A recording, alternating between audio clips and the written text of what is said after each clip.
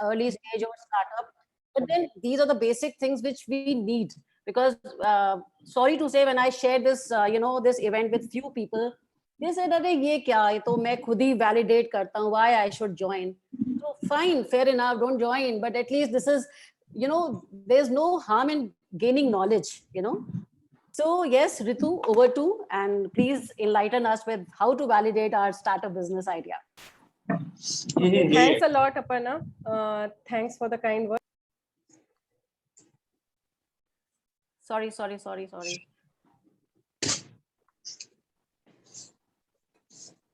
Thank you, and hello everyone.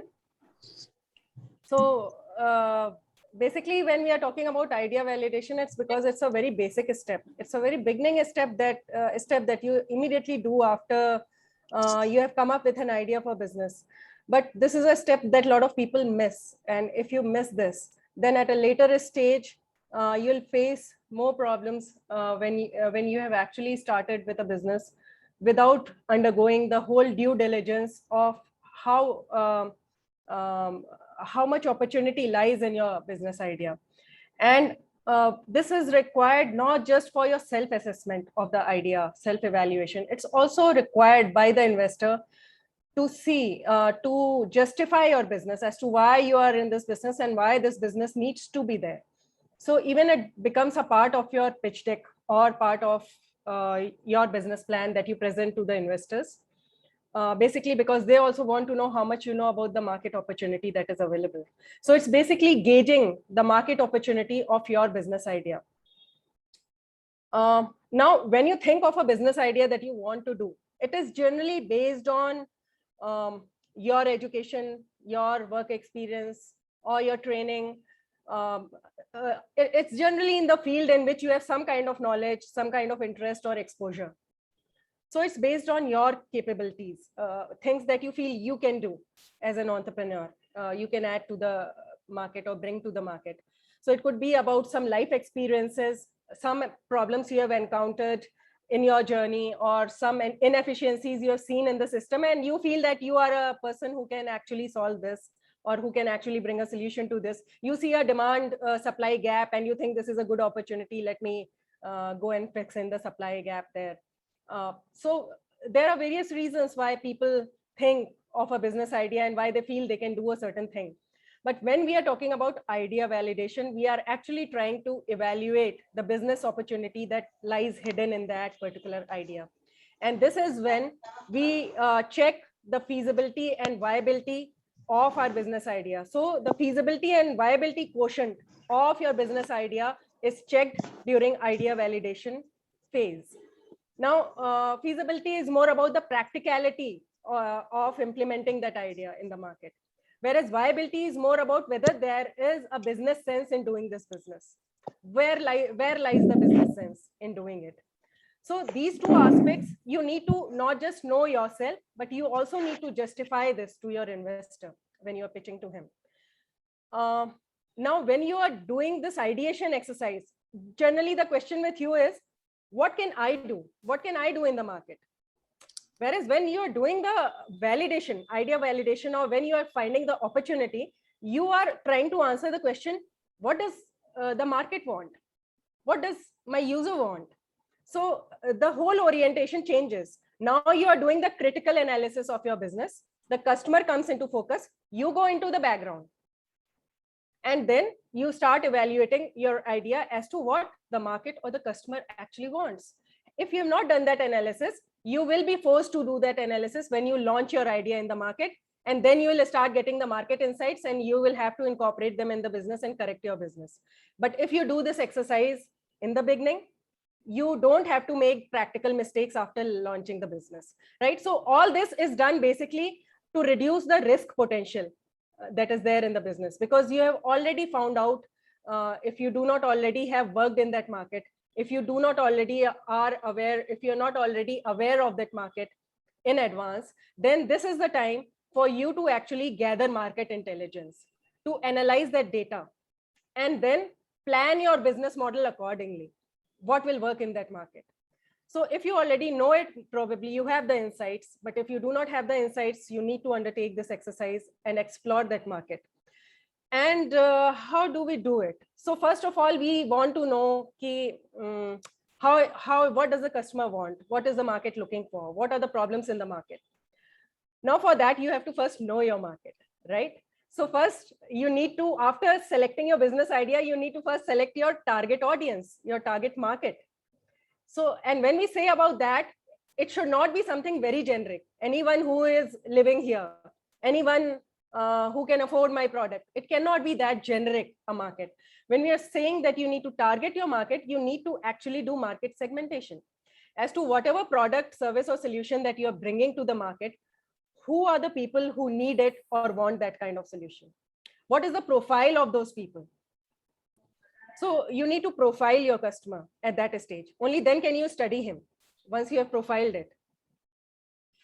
Also, then you apply the design thinking concept. Design thinking concept is basically that your innovation or your product has to be customer centric. The features of your product and service should be designed as per the requirement of the customer. So you have to identify your customer at that stage. Now, what is the difference is, when you are ideating, when you're thinking of this business idea and you come up with that idea, it's more about that creativity or that passion that you want to do something in this field. But when you are trying to evaluate that idea, you have to then be dispassionate about your idea. Then you have to view it very objectively. So there the approach completely changes towards your idea. Now you are judging and evaluating your idea. So now you have to be dispassionate towards it. Don't justify it. See it from the angle of the customer, from the angle of the market, right? Now,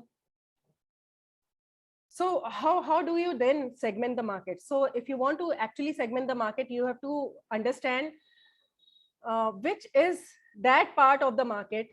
What are the characteristics of those people who will be using your idea, to whom it makes the most relevant, to whom it makes the most sense, to whom that idea is most relevant.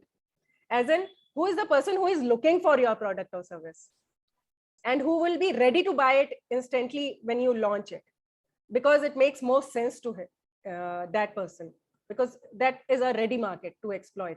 Other markets you might develop over a period of time. Other people might see the benefit and then they might also start taking it. Once the product works in the market, other people will adopt it too. But when you're launching it, who is that customer who wants it already, your idea, your product, right? And how do we do this? How do we do this validation? We have to gather market intelligence. How do we do that? We do market research for it. Now, market research can be done in two ways. One is, and probably a combination of two ways. One is about primary research, and second is the secondary research through secondary sources. Secondary sources is when you find out about the industry in which you are going to operate and how that industry is performing. What are the factors that are critical for that industry? What factors are affecting those industry?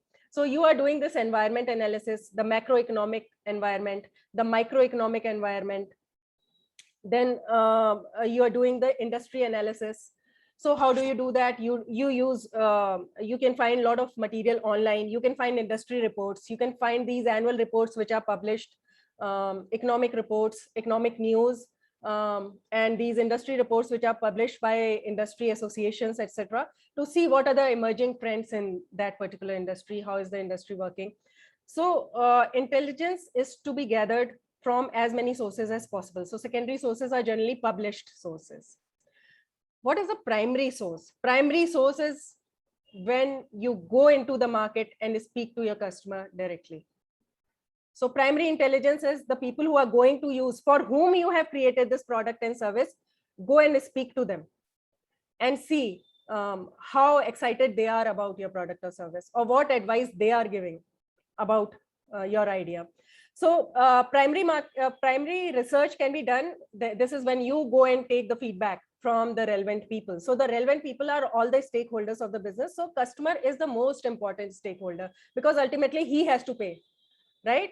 पसंद आएगा तभी पे करेगा, तो उसको पसंद आना चाहिए. वो कैसे पता चलेगा? आपने तो सोच लिया मैंने कुछ बहुत ग्रेट क्रिएट किया है, बट क्या उसको भी ग्रेट लग रहा है? तो ये आपको कस्टमर फीडबैक से पता चलेगा. So there are a lot of technical things people say, do the survey report and all, but I would say the best thing is go and speak to sample population who is going to be your customer. Take the direct feedback. Don't pretend that you are doing this and people become then like polite and don't want to criticize, but just discuss the idea, brainstorm the idea with them and see what they have to say about it and how it's going to benefit them, and whether the problem that you have identified is real or not. ये आपने imagine तो नहीं कर लिया लोगों को ये problem है, actually लोगों को ये problem और ये solution चाहिए ही नहीं. So that you will get to know only once you actually go to the market and talk to people about it. So one thing that I've seen कि most people say idea अगर बताएंगे तो common हो जाएगा, सबको पता चल जाएगा, right? So my idea will be out. That's the biggest misnomer that I have heard till now, because your idea will be out the day you will launch it in the market. It is out for all to see. Now it is in the market. How long can you hide the idea? Idea is not going to stay hidden. So please don't hesitate in sharing your idea. It's about how efficiently you implement an idea that will ensure there's so many people who are trying out the same idea. The person who can actually implement it well is the person who will be able to make a successful business out of it. So one is, don't try to keep your idea a secret. Please go and share it. So like I said, कि जब आप primary market research करते हो, first thing that you can go to is the customer. So customer is your first place where you need to collect the feedback, क्योंकि खरीदना ultimately उसने है, and he is the one who is going to pay for it, and it should make sense for him. And he should be able to understand your product or service, or else you need to design or modify your product or service in a way which he can understand or relate to. Then you can go and see how your competitors are working. So do some competitor intelligence. How is that business being done now? So whatever business you are entering into, what is the current way of doing that business? Abhi kya chal raha hai market mein, right? So identifying that, you need to know who are the competitors, what are they doing, how are they attracting customers, what is working for them, what are their challenges, what is not working for them. So you need to have that intelligence as well. So ideation should not be done. Ideation is done sitting in the room, but validation is done by going out into the market.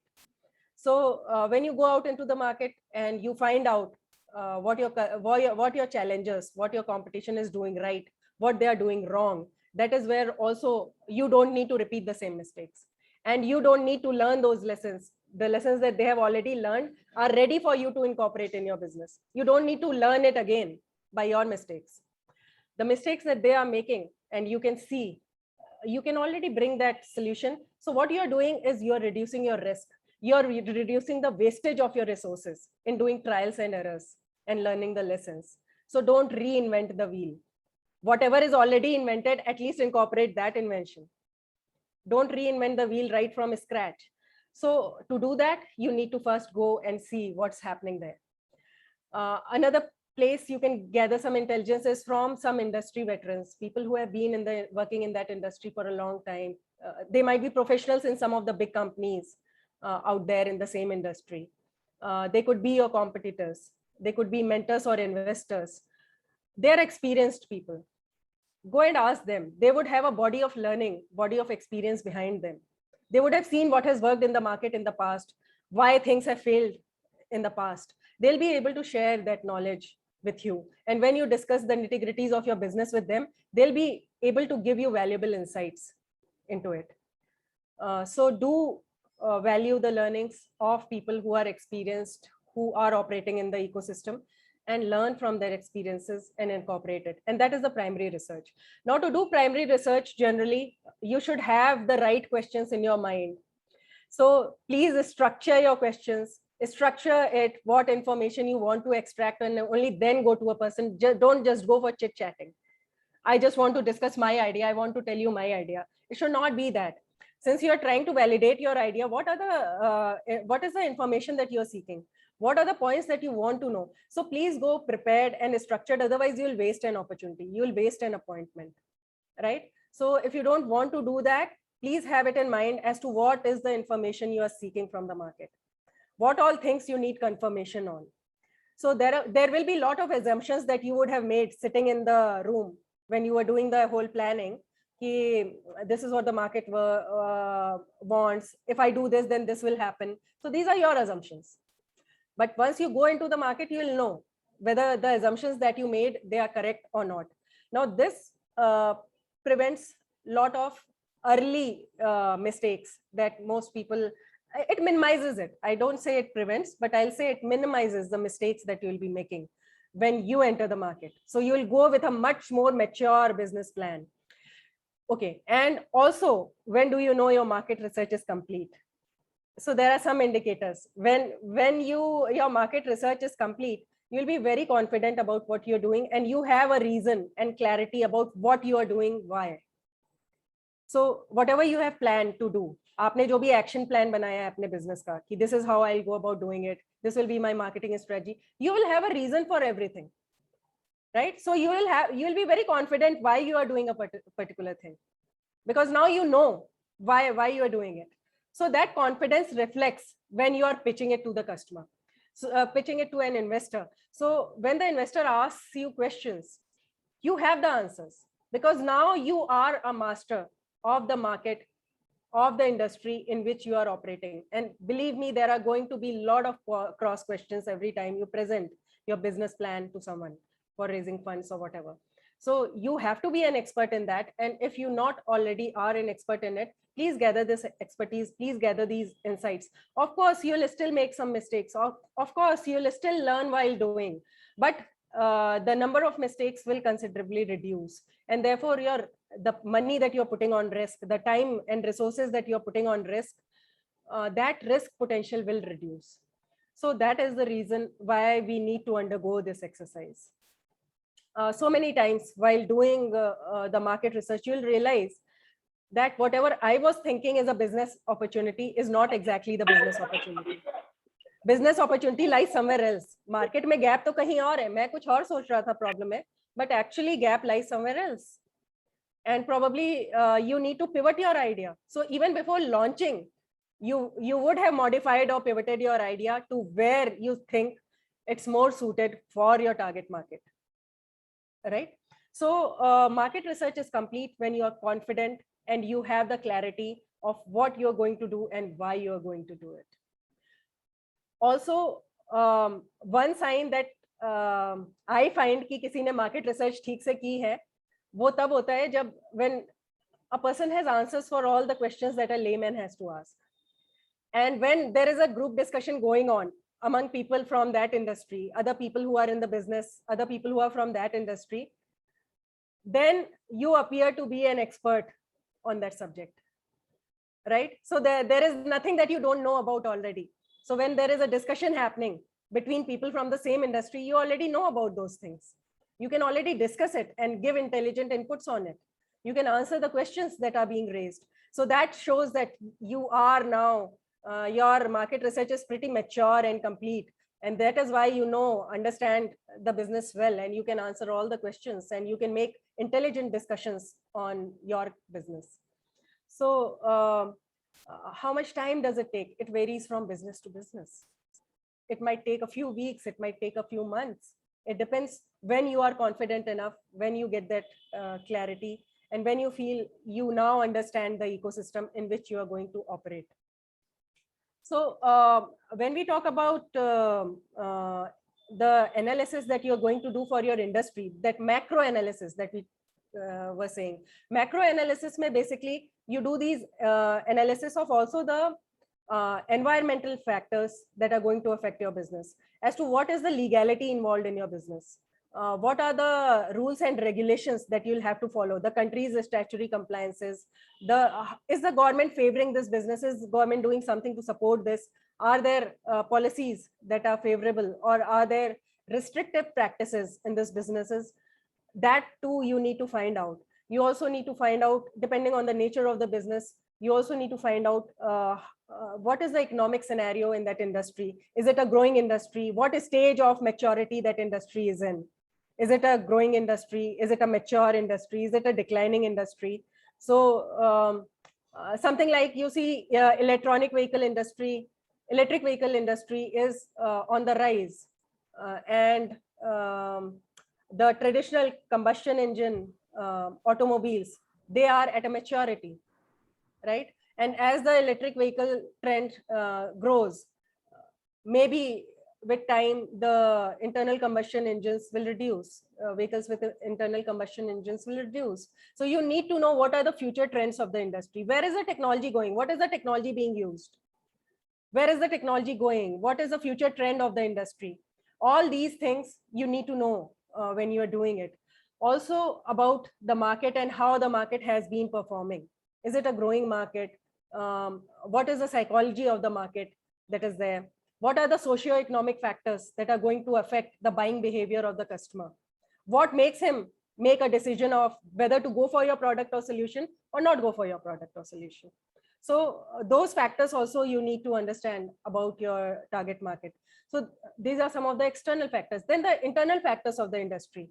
What is the competition level in the industry? What are the barriers to entry? Can you create barriers to entry? Because the day you launch your idea, it is ready to replicate. Agar business successful ho jata hai, everyone will copy it because idea is now exposed. So everyone is going to copy it. Can you create barriers to entry, or are there some natural barriers to entry into that business? So you need to also understand that if there are none, can you create some through your expertise or through the special things that you're doing in the business, which not any random person can do. You also need to understand if there's a supply chain involved, how will that supply chain work? How will you supply your product or service to the customer? So you need to understand the logistics part of that business also. What is the how competitive is the market? So if what is the bargaining power of the customer? So if the market is highly competitive, the bargaining power of the customer is high. So the competition decides the price. You can't decide the price of your product. You have to match your price to the competition. And if you want to keep your price, you want to charge a premium for your product, which is away from the market, competitive market price, then you have to have exclusive features which the customers value, for which you can charge a premium. Otherwise, you'll have to match your price to the consumer. So it's not always an internal factor that you can decide the price. If it is a very innovative product and you do not have much competition there, then probably you have some leeway to decide how you should price your product or service. But if you are entering into a competitive market, you'll have to match the price of the current solution that is there in the market, unless you're offering something very valuable for which you can charge a premium. So that part again you need to know. So that's part of the industry analysis that you'll be doing, how the industry is growing year on year. So there's something called compound annual growth rate. How has it been performing year on year? So those things you'll get from the industry reports, the things that I mentioned. So if you read the economic reports, if you read the industry reports for your industry, you'll get to know the trends, what's happening in the industry. So that is another thing. Then then you need to come to the competitors. Now, one thing that I want you to understand is never say you have no competition in the market. So anyone who says my product is innovative and I have no competition is lying.